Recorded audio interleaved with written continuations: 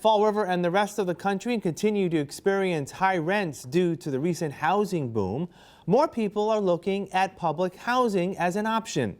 The Fall River Housing Authority sees this firsthand. I'm going to be at the Housing Authority in Fall River 32 years in November. I've never seen it in my 32 years where the inventory dried up and just the non-existent of affordable units. From a kid growing up, even to pre-COVID, it was just, yeah, there's always an apartment out there. You can go online, you go and read in the newspaper, you drive by neighborhoods, there's a sign in the window. Anybody could find something. With the real estate boom, the market, it's just non-existent, because someone who was getting $500 a month can now get $1,200 a month. And they're looking at that income and they're seeing a big difference that they can make. So unfortunately for the long-term renter, they can't afford it, they have to move. In Fall River, the Housing Authority manages 21 sites citywide for those who are low-income elderly, disabled, and families. Overall, we have just under 2,400 units. A majority of that is federal units. We have a small percentage of state units that make up about 13 to 14% of our portfolio, roughly 275 state units. We're about 99% occupancy. We tinker month to month, a percentage below it, a little bit over, but it's been steady around 98 to 99% occupancy rate. With the overall housing stock limited in Fall River, those applying for public housing are on the rise. On our elderly waiting list, we have about 800 applicants.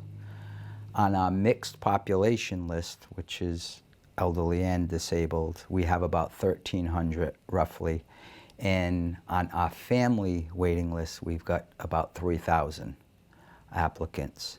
So to your question of pre-COVID, things were a little more fluid.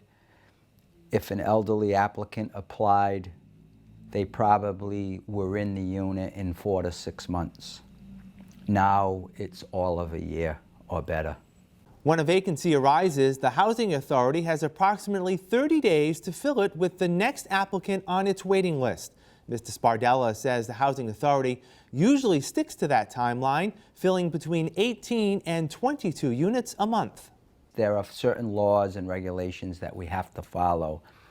So the process isn't always as quick as we like. Much better on the federal side. So we have that vacant.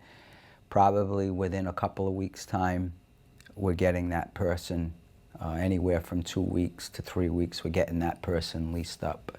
But you have to verify their income, verify their family size.